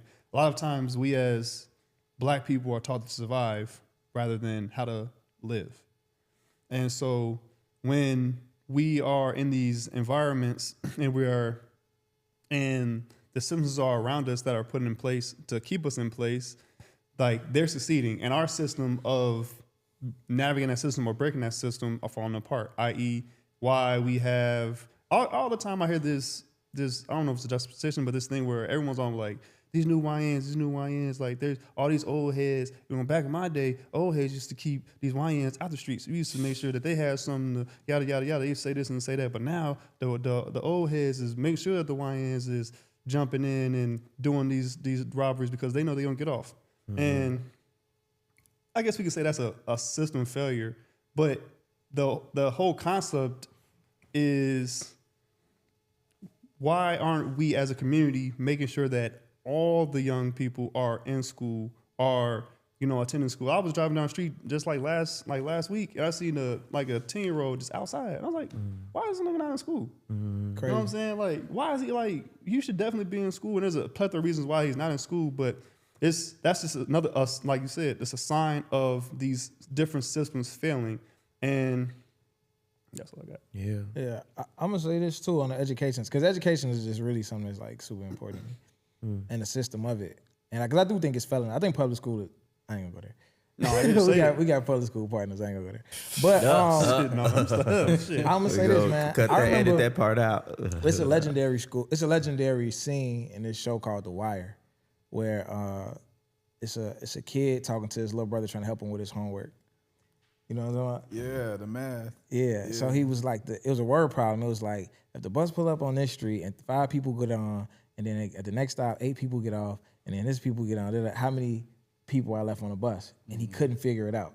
He just couldn't get it. So then he was like, all right, look, if I give you 5 vials of crack, you sell 3, then I come back with 8, and you sell 4, and I do this, how many I left? And he knew it like immediately. Wow. He was like, if you can't get, it's the exact same math. Right. If you can understand how many crack vials you had left, how can't you understand how many people was on the bus? He was like, because if I get the count wrong, I'm gonna get fucked up. That's the difference, right? So it's like stakes higher. The relevance, it's higher stakes, right? Yeah. I think about how hard it was for me to learn the difference between the symbols of an eighth note, a quarter note, a whole note in music class. But I learned a 5-point star, the rakes. I learned that shit so quick when I got to public school. I'm like, oh damn, this what this mean? I learned it could be any gang sign. Like I knew it like the back of my hand. Yeah. You know what I'm saying? Because like I felt like I need to know this in this environment. Like this is important. Like you get what I'm saying? Them eighth notes, I'm like, I still don't know that. Like you know what I'm saying? Like deep. So it's just like we gotta find a way to connect education and make it culturally relevant to the students, so the system won't fail them. So many people are getting money outside the education system, or they see it, social media, streaming, all these things. They're seeing a 10-year-old play with his toys, and now he's making millions of dollars a year. And then we also, I feel like culturally, a lot of people are more so saying you don't need to get an education to make money, right? When it's like, that's true, but also we need educated people out here because that higher your odds of making money. But also a lot of my clients don't think 5 years, 6 years, 7 years down the line. They don't think past today. So it's also getting them to think about next year, 5 years, 10 years down the line, rather than just the moment. Yeah. I was gonna say also just real quick, disconnecting education from money though. You don't want to have a bunch of money and not be educated. Get played. It ain't even about making money for real. It's just about this is just about your own personal development, you know? Yeah.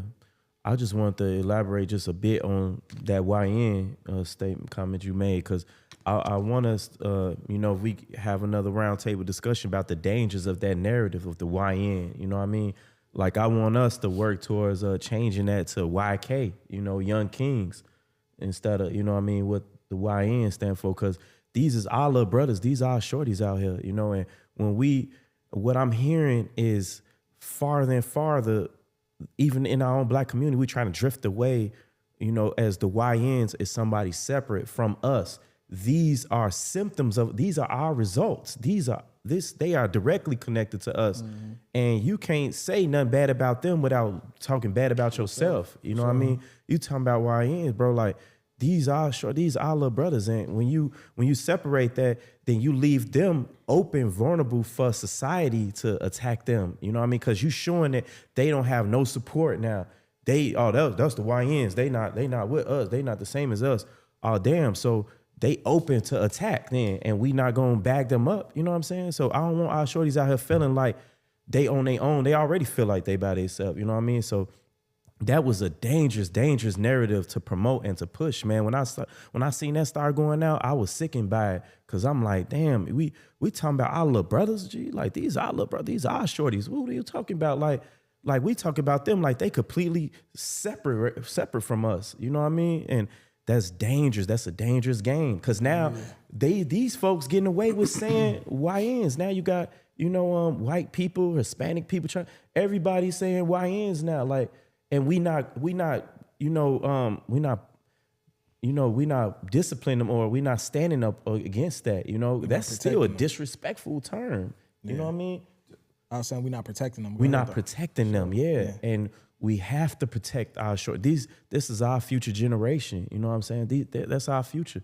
These are our leaders. These are our warriors out here. It's just a lot of misguided energy. You know what I'm saying? They need that guidance. And when we get to talking about YNs in a separate manner, that separates them from the black community, like they're on their own. Then it leaves them open and vulnerable for all type of attacks and show no support. So I think that's dangerous. I think it's sick. I think it's horrible. I think we need to change that and support our little brothers, man. These are shorties out here, whatever they need. What they doing is a result of our mishap. You know what I mean? We messed up.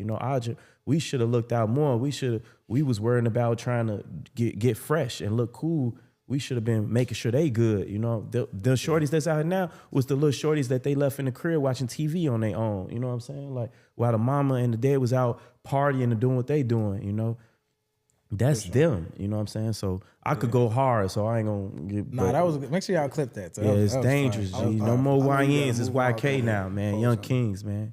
Yeah, I know you got to move on. I just want to pose a question, a rhetorical question. We ain't got to dive into it, but as he was speaking and just as the conversation evolved, it made me think about, why don't those young people trust us? Where do we fail them at? One, and then where do they get their information from, and why do they trust that source as opposed to what we feel is the right institution or the right source to be going to for information? So I pose that not to discuss it, but that's just where my mind went as we was talking. Like, how do we get here? Mm-hmm. Yeah, that's a conversation, man. For sure. Let's go with this one. From your department's viewpoint, what is one myth people have about the population you serve that limits their access to care? Read that again. I think that last From your department's viewpoint, so we all work in different departments. Mm-hmm. What's one myth about the population that you serve that limits their access to care? In my department, reentry, guys are just coming home from the penal system, you know what I'm saying, penitentiary. It's the myth is that they don't want the help, or that they don't necessarily, or that they only seek therapy because it's a mandate, part of their parole conditions. And I have multiple guys that once they get off parole still choose to continue to see me, and a couple of my other coworkers, so that let me know. When I hear one of my guys, now of course some of them once the parole is over, then they checking out too. We ain't got to do this no more. But for the most part, majority, even once parole is over, they still want the services. So it ain't just something that they doing just because it's mandated or because it's a part of their condition. A lot of them know that this is what they need, and they be grateful for it. They be happy, man. Like, and also the idea of having a therapist is becoming more cool now. You know what I'm saying? I'm starting to hear a lot of my guys, man, when they on the phone with their homies or they on the phone, yeah, I'm chilling with my therapist. I was surprised, like, cause I'm thinking like, how is he gonna introduce me? How is he gonna? Is it okay to say I'm your therapist? Because of this negative stigma, But it's becoming more popular, man. That's starting to change my viewpoint. Like, it's becoming a cool thing to have a therapist now, which I'm liking that. I recognize I work for within the community department, and I recognize that a lot of our referrals come from single parent households.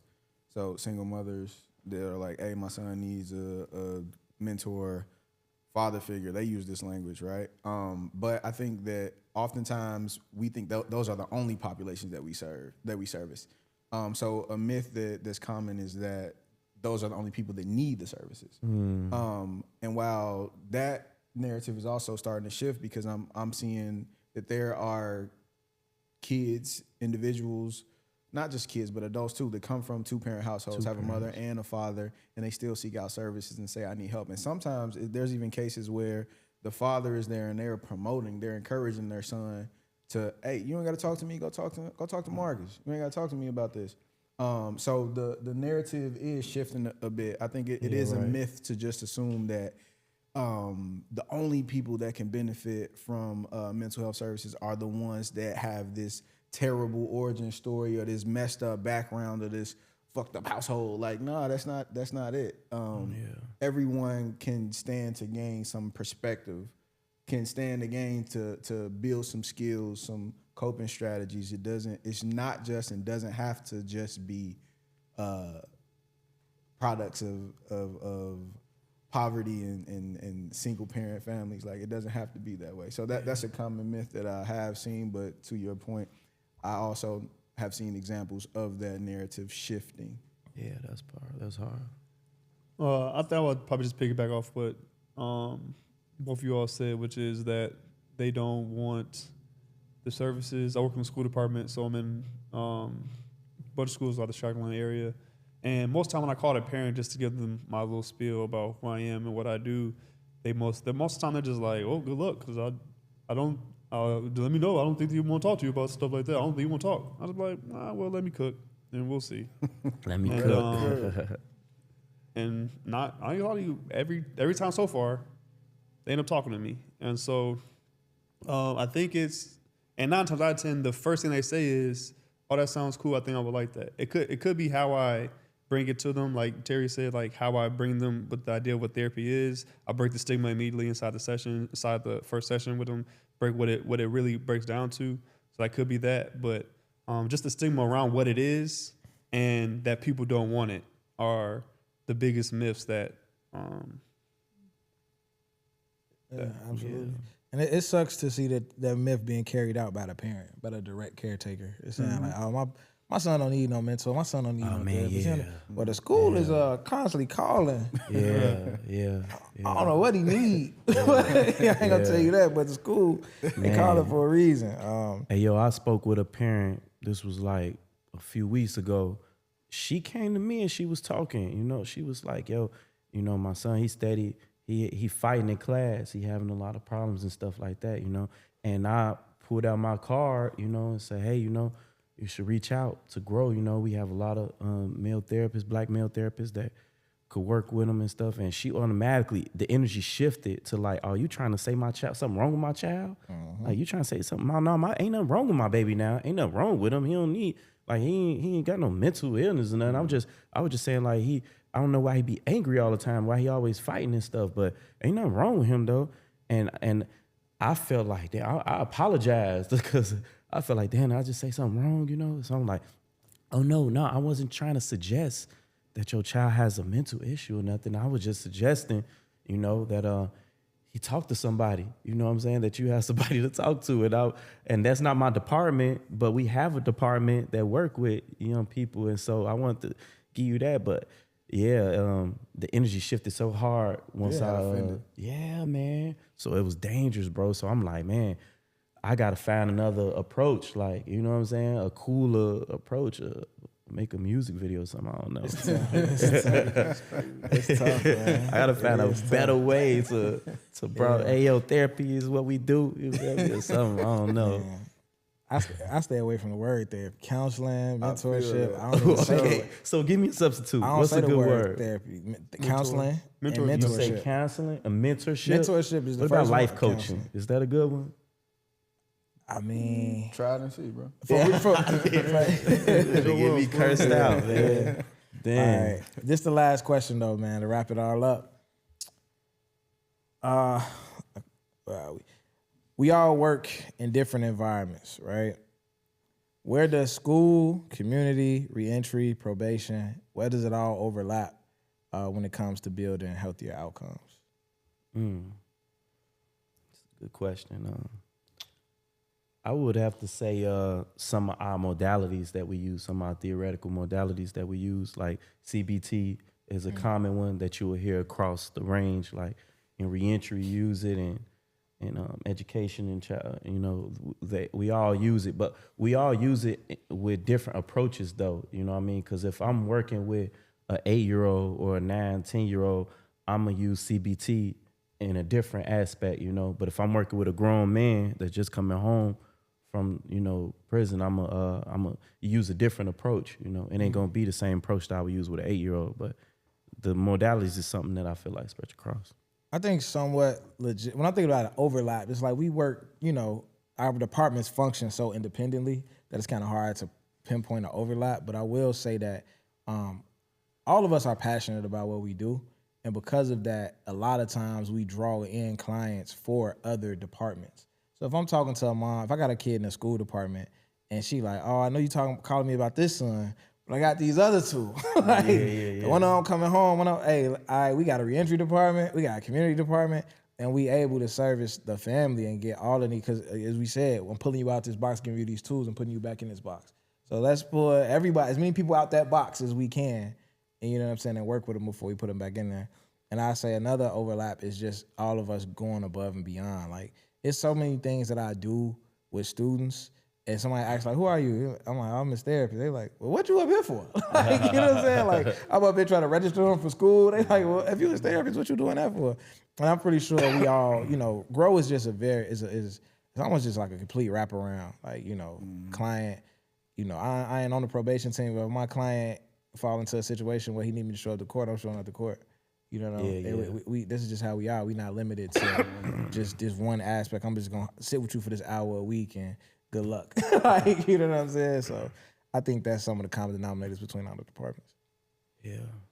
I think that I agree with everything y'all both said. On top of that, it's more so of also like if we're all reinforcing the same skill sets that I said before.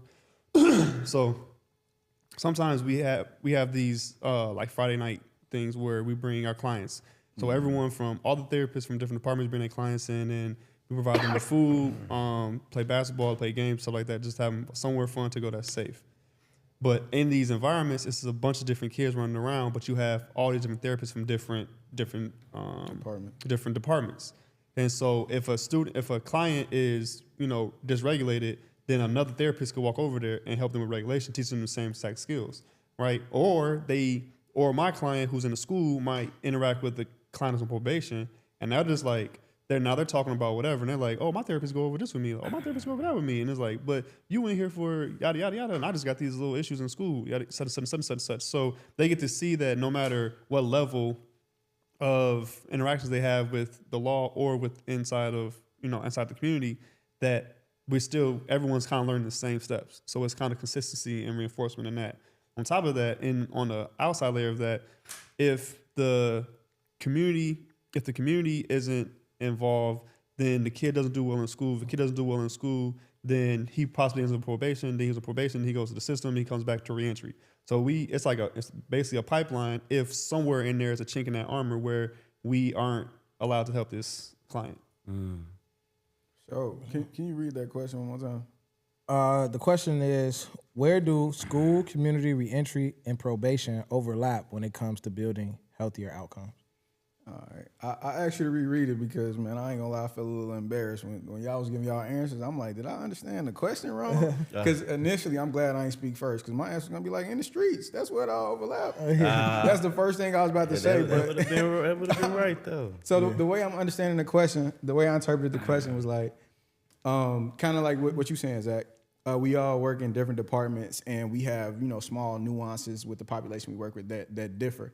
But essentially, we're giving similar tools that they can apply when they're away from us. Mm-hmm. So with the Friday Night Lights example, these are clients that are coming from different teachings, maybe different methods on how to learn this skill, but they have an opportunity to apply what they learn. And that only takes place in the streets, hence my answer, right? Where does it all overlap?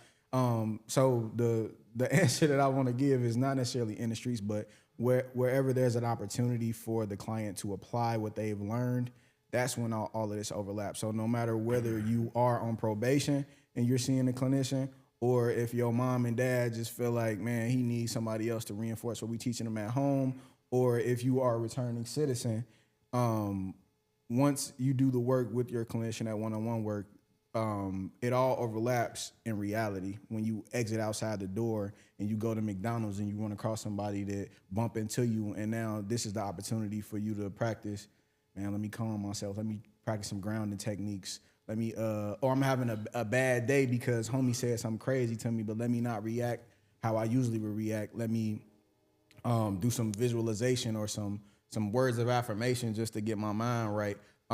Those opportunities